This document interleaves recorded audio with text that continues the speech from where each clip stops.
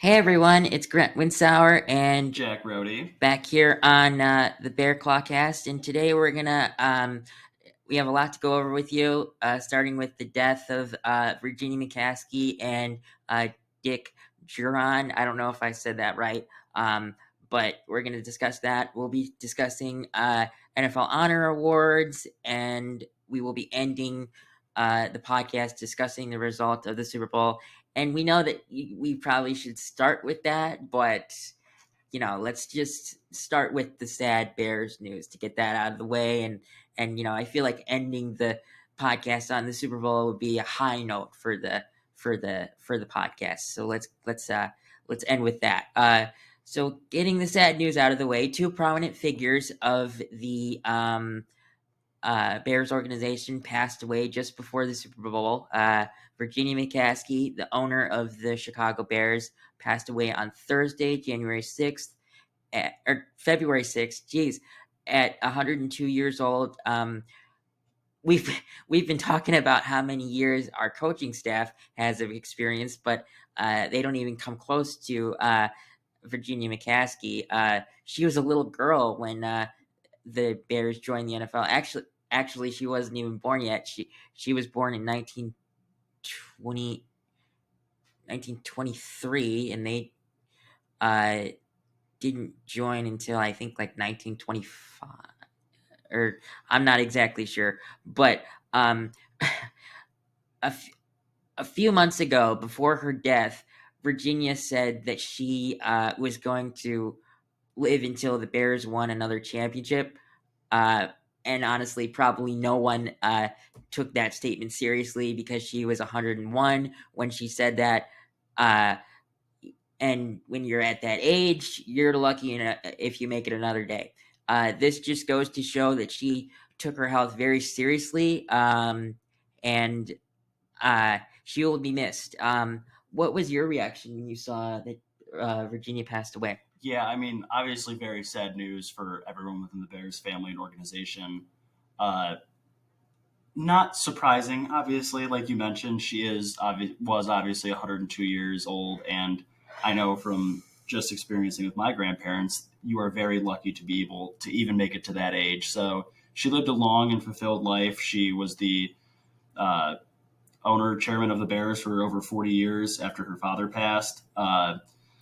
I mean, just a very fulfilled life. Very sad to hear she's passed. I know Bears fans always have their gripes with ownership, as many uh, underperforming sports franchises do, but never happy to hear that anyone has passed.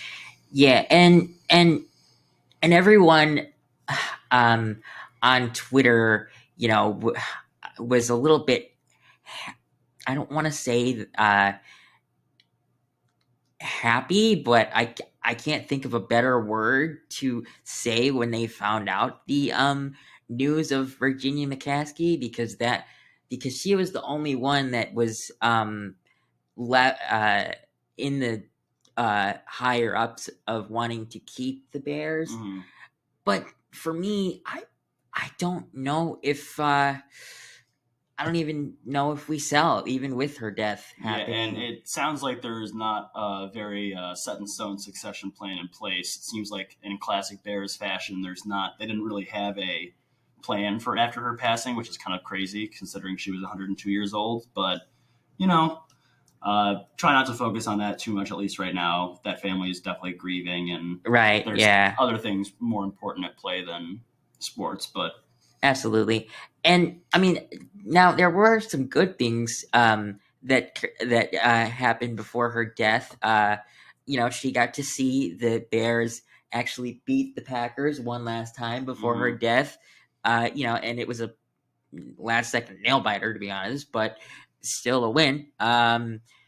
You know, I mean, I doubt the Bears sell, and that means that the next person in line to be the Bears owner is current Bears chairman George McCaskey, and honestly, he's kind of like been the owner Yeah, he's been acting as if he was for the last. because, I mean, with Virginia was very hands off as far yeah, as that with goes. her age, I mean, Yeah, how can you be hands on? yeah, So, I mean, he's sitting in on every meeting, pretty much. I would imagine.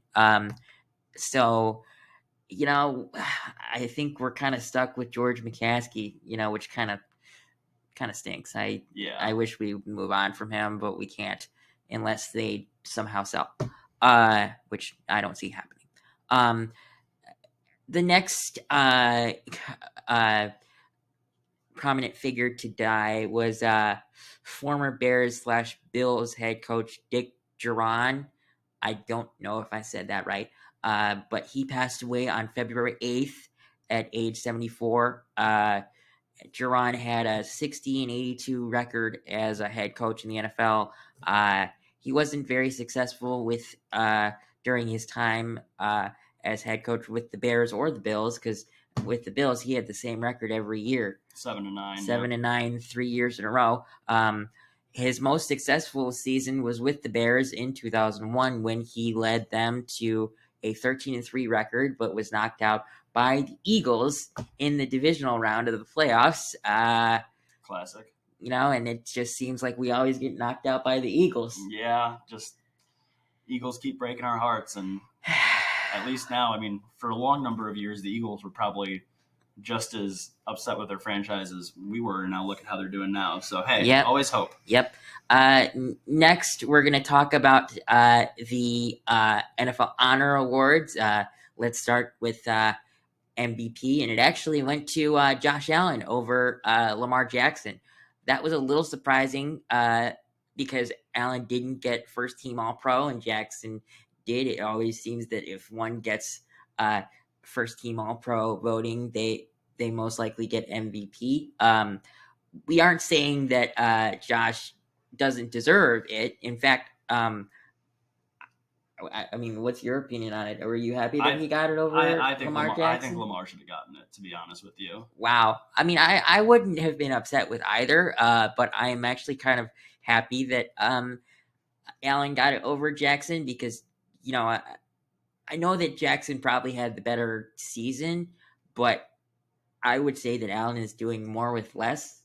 Yeah, and I get that, and I think it after they gave the MVP to Lamar last year, I see why Allen would have gotten it this year, but I just think it's crazy that the same people who voted for first team All Pro and gave that to Lamar then gave MVP to Josh Allen when the only stat that Lamar trailed Josh Allen in this year was he was behind him by one win, and I don't really count that because I don't really care about that because Lamar beat them head to head and pretty handily.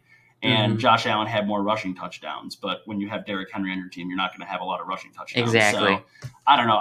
It's a little nitpicky. Both of them deserved it in any given year. I just thought that Lamar had the slightly better year, and I think if they had given Josh first team All Pro and MVP, I wouldn't have been upset. But I think it's just weird that they split it. It's only the third time in history that's happened, and I just don't agree with the fact that the same people can vote on it and have it go two different directions. And also, the guy who voted for Lamar fourth for MVP, you stink. Who was it? Wasn't that who was that? I think it was a Bengals writer because I know he had Burrow in front of him. Oh, okay. Yeah, I couldn't watch it, so I didn't pay attention to that.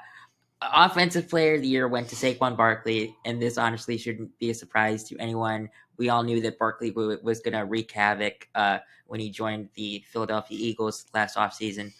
With the offensive line that the Eagles have, it wasn't surprising to see Barkley run for over 2,000 rushing yards.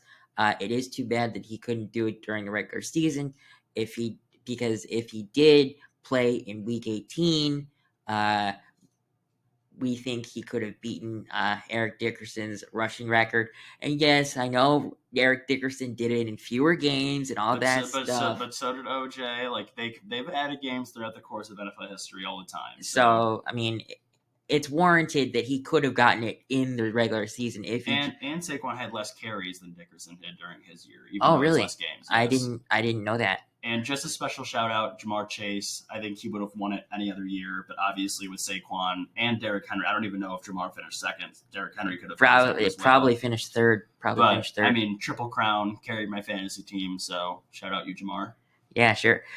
Defensive player of the year went to Pat Surtain, and for me, this was actually a little surprising. I thought it would go to Myles Garrett. uh, and most of these and these stats are coming from CBSSports.com, and some of what I put in the script is also from CBSSports.com. So hopefully I don't get copyrighted for that. But Pat Surtain had 4 interceptions and 11 passes defended while providing a lockdown presence on the back end of the unit. I'm pretty sure there were better corners that had better stats than that and felt that they were more deserving than Surtain. But, I mean, I still think it's a good choice. I just thought it would go to someone else. I thought it was the right choice. It is tough. I mean, Defensive Player of the Year is not a award that is easy to win for cornerbacks, just because, like you said, when you're a lockdown corner, you're not going to get thrown at a ton, so you're not going to have a chance to rack up a ton of stats. The fact that he had 4 picks, I don't even know what his tackles number are. I'm sure they're low because he just never allowed a lot of people to catch the ball on him. Right. But at least as a fantasy player this year, it was pretty much a guarantee when you were going up against the Broncos and you had a receiver.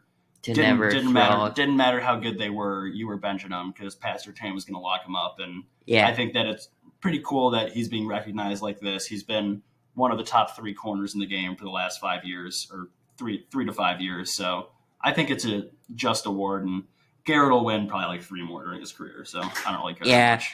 Yeah, and we'll talk about Garrett a little bit because I didn't put this in the script, but I want to talk about something that I noticed this morning. Comeback Player of the Year went to Joe Burrow. Burrow led the NFL in passing with 4,918 yards and 43 passing touchdowns after tearing a ligament in his wrist in 2023. Forcing him to miss the final 7 games of the season. The other finalists for the award were Minnesota Vikings quarterback Sam Darnold, which it would have been a great pick because of how he finally emerged on the scene.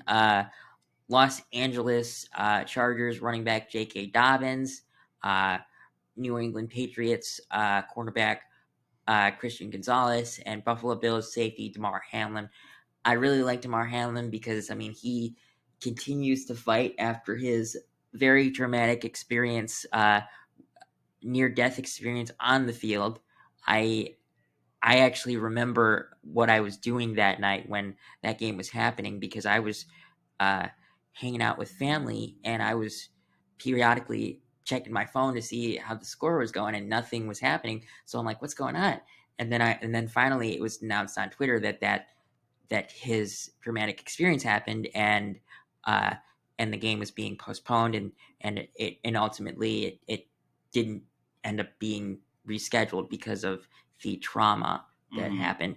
But what are your thoughts on Joe Burrow getting Comeback Player of the Year? I mean, obviously he had great stats. I can't really fault them for giving him this award. I personally would have liked to see it go to J.K. Dobbins, which I get he did miss games within this season as well. He missed 4 games, but this is a guy who's come back from leg injury after leg injury after leg injury. You don't see a lot of guys come back from that and play again, let alone have the type of season he had. So I thought it would have been cool to see him get that award, but he got named a finalist, so can't complain that much about it. Yeah, and I mean, again, like you said, running backs get leg injury after leg injury after leg injury. So, he's a fighter for sure. But the going to Joe Burrow, it's warranted with what he had for sure. So Offensive Rookie of the Year went to Jaden Daniels. This shouldn't be a surprise to anyone. He killed it his rookie year, and honestly, it was without a true number 1 weapon, in my personal opinion. And the Commanders should make that a priority this offseason, getting him a number 1 weapon.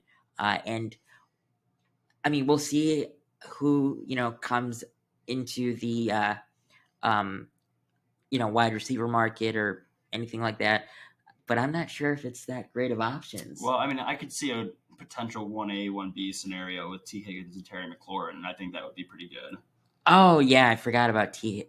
Higgins will most likely be a free agent, but do the Commanders have the money to? They do? Okay. Yeah. Okay.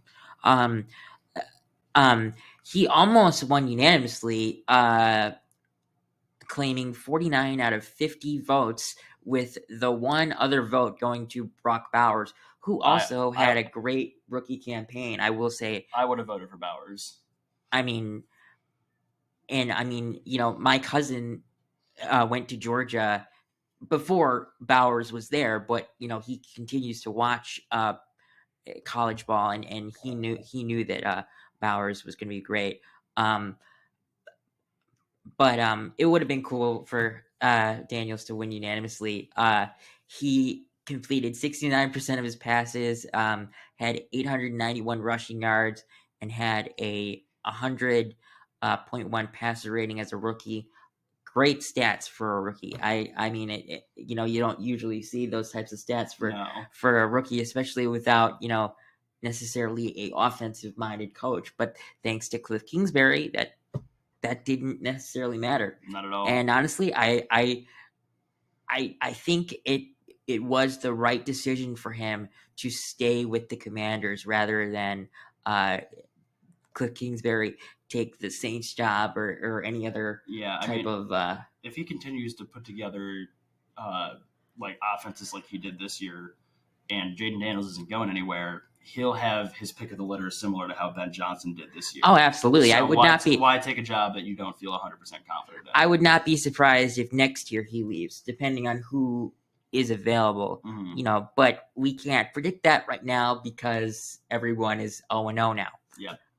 But defensive rookie of the year went to Jared Verse. Verse was drafted to be the replacement for the shocking retirement of Aaron Donald. He recorded 66 tackles with 4.5 sacks and led all rookies with 18 quarterback hits and 77 pressures. He came on strong in the playoffs, returning a fumble for a touchdown against the Minnesota Vikings and notching 2 sacks against the Philadelphia Eagles in the divisional round. Verse beat out Eagles cornerbacks Cooper DeJean and Quinyon Mitchell, and then also Miami Dolphins edge rusher Chop Robinson and Rams teammate Brandon Fisks for the honor. And fun fact about Brandon Fisks and Jared Verse, they also went to college together at Florida State. Yes, they did. So what are your thoughts on Jared Verse winning Defensive Rookie of the Year? He would have gotten my vote. I don't have any gripes with this one. This, I think, might be the second award that I've actually agreed with so far. So, and what was the first? Maybe third. I think Saquon and Jamar is a little bit of a toss-up for me, but I agree with Pat Surtain as Defensive Player of the Year. Okay. So Coach of the Year went to Kevin O'Connell. Kevin O'Connell beat out the Detroit Lions' Dan Campbell, Denver Broncos' Sean Payton, Washington Commanders' Dan Quinn, and Kansas City Chiefs' Andy Reid. All of these coaches deserve to be on the list, but I personally think that the award went to the wrong person. I think it should have went to Dan Quinn because he did more with less and lasted longer in the playoffs. Dan Quinn was hired super late last year in the hiring cycle, and then proceeded to build a pristine coaching staff. Now it does help that he had been a head coach before, so he still had all of his connections within the league. But I think it should have gone to Dan Quinn. What are your thoughts on Kevin O'Connell winning this award? Yeah, I think you made a great point with Dan Quinn, and I think if they had given it to Dan Quinn, I would have said that's the right call, and I'm going to say it's the right call with Kevin O'Connell too. I think it's a good call with Kevin O'Connell. I would have loved to see like a co-coach of the year. I think if this was like an award that took playoffs into account, I think you're right. Dan Quinn wins it very easily. Mm-hmm. But I do want to point out how much Kevin O'Connell overcame this year. I think I'm going to pound my chest a little bit. I was one of the few people who thought the Vikings would be as good as they were going to be. Yes, you were. People thought they were like a 5 to 7 win team, and they went out and won 14 games and only lost regular season games to two different opponents. So I think Dan Quinn probably wins it in like 99 out of 100 seasons. Hmm. But it just so Out of happened that this we had season. two great coaches with two incredible seasons in the same season. And I didn't look at the voting discrepancy in this one, but I would have to imagine that it was pretty close between Kevin O'Connell and Dan Quinn for the I award. think it was, and I am not saying that this is a bad choice with Kevin O'Connell. It's just, you Yeah, there are multiple factors that you have to put into account here, mm-hmm. and honestly, probably the only reason that Andy Reid is on this list is because he constantly wins. Yeah. I mean, If he didn't have Mahomes and every other piece of magic that he has, but at the same time, the fact that he was able to keep them motivated. I mean, obviously last night was not what they wanted to have yeah, at we'll all, get but into that in a little yeah, bit. after two Super Bowls, going 15-2 in the regular season, keeping Mhm. guys that motivated, I think he definitely. It would have been silly if he wasn't at least a nominee. Yeah. So I mean, great list of coaches there. But might have gone to the wrong person. Um, the Walter Payton Man of the Year award went to Eric Armstead. Armstead established the Armstead academic project in 2019 to provide young students with positive spaces, tools, and academic support to unlock their potential and achieve their goals. Um, Armstead has been active in the Jacksonville community after signing with the team in March, as well as in San Francisco and his hometown of Sacramento throughout his career. I mean, this is a great award. I mean, the player that it's named after is my personal favorite Bears player, and I'm sure that a lot of people will agree with me. And uh, our the Bears nominee was Andrew Billings, and I mean the dude's just great. I mean he always helps out the community, but um, it obviously didn't go to him. But I'm very happy for Eric Armstead. What are your thoughts on? Yeah, I mean, everybody, all 32 guys who are nominated, all obviously are tremendous people and have Uh done a huh. lot for their communities. This is an award you hear players like think very highly of, and it's obviously the one award that doesn't have anything to do with your play on the field. It's all about what you do with Doing the that platform. community. So, obviously, a great win for Eric Armstead. I think Jacksonville fans hope he plays a little bit better on the field next year, but Uh huh. after paying him all that money to come over from San Francisco, but we shall see. Now, this isn't an award that is announced at the NFL Honors, which honestly I think it should be. But Ben Johnson won Assistant Coach of the Year. This was great to see because this should give Bears fans even more confidence that uh, Ben Johnson will be able to turn around this team and build a contender in Chicago for a long time and hopefully be in Chicago for a second and maybe even third contract before we have to look for a new coach again. I shouldn't be saying that even before his first contract even begins, technically, but I just had to throw that in there. But I mean, what are your thoughts on this actually not being announced at the NFL Honors? Do you think this should be like a NFL Honors award? I mean, it is. I think it's announced just before they start broadcasting it live. I'm not sure if it's just not announced or if it's not broadcast. I'm announcing it, but I think it's cool that Ben Johnson got it. I probably won't pay attention to this award next year unless it's someone who wins it on the Bears. Yeah, yeah, and I mean, I will say this: based on the staff that Mm-hmm. is built in Chicago, there's a possibility that someone from the Bears could get this award, For sure. but it also depends on how good their coaching is because I think when they say assistant coach of the year, they would mean Coordinator. a coordinator. I don't think they mean a position coach. So No. that would rule out guys like Antoine Randall L. Wow, that's the only guy I want to mention. Uh, but but so that would have to go to guys like Declan Doyle or Dennis Allen, which between the two, I would assume that the better chance it would be going to Dennis Allen Yeah. with him having prior or previous success as a DC. But this award is another year away now, so Mm-hmm. we'll see how that goes. The Super Bowl was not as close as anyone thought it would be, and sadly, there was no three-peat for the Chiefs. The Eagles ended up winning 40-22. And honestly, I'm still happy that the Eagles won because I could not. I didn't really care who won. I wanted the three-peat for the Chiefs, but I also wanted the Eagles to win for revenge for 2 years ago. So, that happened, and I'm happy for the Chiefs or the Eagles. And Saquon Barkley got his ring. The sad thing about the Eagles winning is the fact that we didn't get to see Saquon reach the end zone. He was very close once or twice. He got a couple carries in the goal line when they got down there one time. But the Chiefs just stopped them. So, um, Super Bowl MVP went to Jalen Hurts, which isn't really surprising. It always seems to go to the quarterback. And the few times that it hasn't, it's gone to Julian Edelman.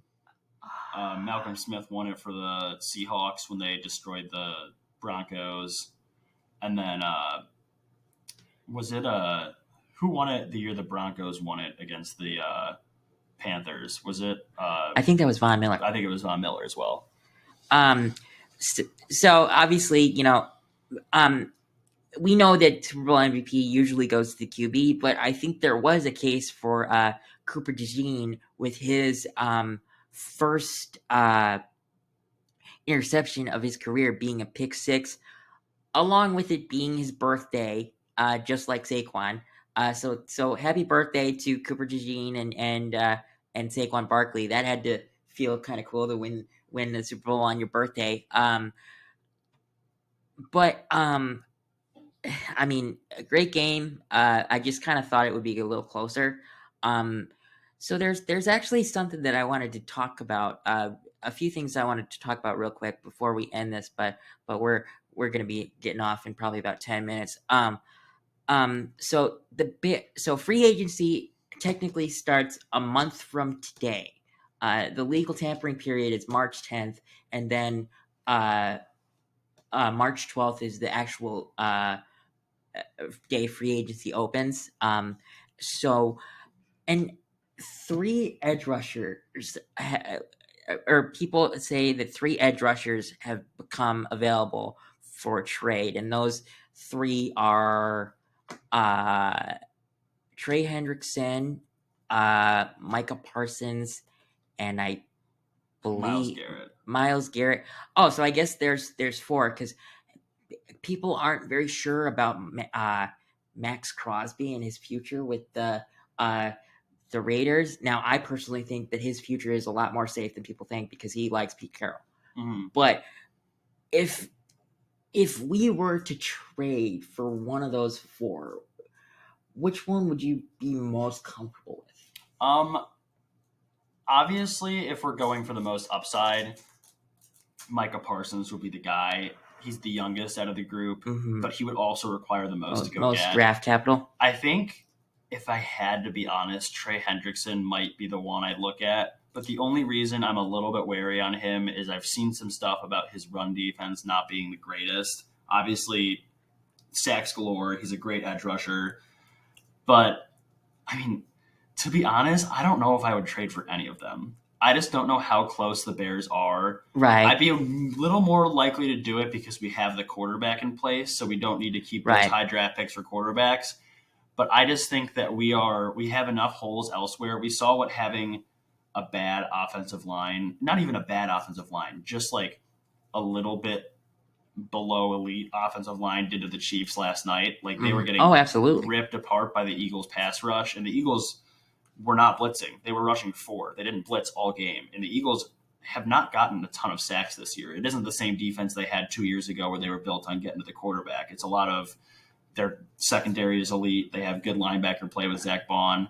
So I think the Bears just need to continue to focus all their assets on the offensive line. And if something falls into their lap where they get a really good deal they can't turn down, I would be okay dealing for any one of those guys. But it's the lame answer, but I'm kind of out on all of them, to be honest with you. Yeah. I actually have to agree with you somewhat. Honestly, there's actually if so, I think there should be two guys that the Bears should look at when it comes to actually free agents. When it comes to edge rushers, I think they should look at Khalil Mack for the reunion for just a little bit. I think that's kind of cool. That'd be kind of cool. And then actually, the other guy is actually a guy who played last night, and I think they should look at Josh Sweat. Mm-hmm. I mean, he had a terrific game too. You could have made a case for him being the MVP of that game as Yeah, well. 2.5 sacks, 6 total tackles, and I think a fumble recovery or a forced fumble, maybe. Forced fumble. So, and then the last thing that I want to talk about is the fact that right now the Bears have around 63 million in cap space right now, and that's when you factor in like the 15 million that we're going to need to for draft picks. So we have like 70, we have close to 80, but you have to factor in the draft. So taking out like that 15 million, we have around 63, and I think we could get close to like 75 with a couple of cuts. I mean, I definitely think one person that they should just cut without hesitation is Gerald Everett. I was gonna say the same. Like, I don't. That's a Shane Waldron guy that they brought in. There's no reason to keep him anymore, and he's like a $5.5 million cap hit. It's way too large of a contract for a guy who's not giving you any production. And then another guy that I think they should consider is Ryan Bates, because he did virtually nothing. And then just because I think you could get a better one, I also think they should consider cutting DeMarcus Walker. So that would be Everett's cap hit I think is like 5.5, and then Bates is 4 million, and then I think I read somewhere that Walker's contract is like a 7.5.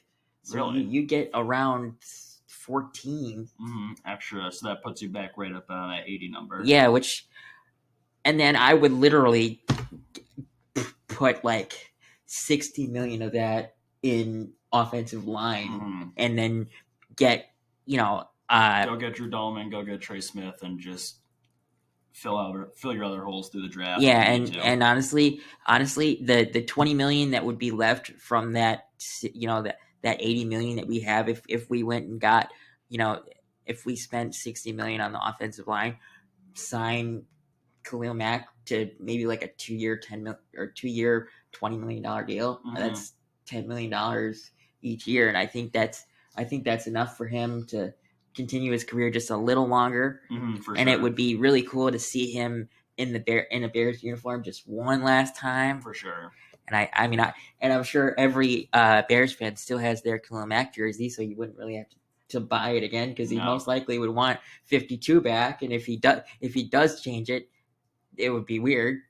But I wouldn't buy a jersey again just because of a jersey change. Yeah. I mean, the only guy that changes his number more than anyone else is Teddy Bridgewater, and because he seems to have every number known to man on the Lions. I know. So I think that's going to be our podcast for today. We will see you guys next Monday. And that's when we're gonna start talking about mock off seasons and stuff like that for free agency, and probably look into some free agent signings, because this is what the next month is gonna be. The combine is 17 days from now, but we won't know much about that until we get to like the 17 days from now. Yeah, I think that's all for today. Do you got anything else? No, I think we're all set. Yeah. So I hope you guys we hope you guys enjoyed this episode, and we'll see you next Monday. See you, everybody.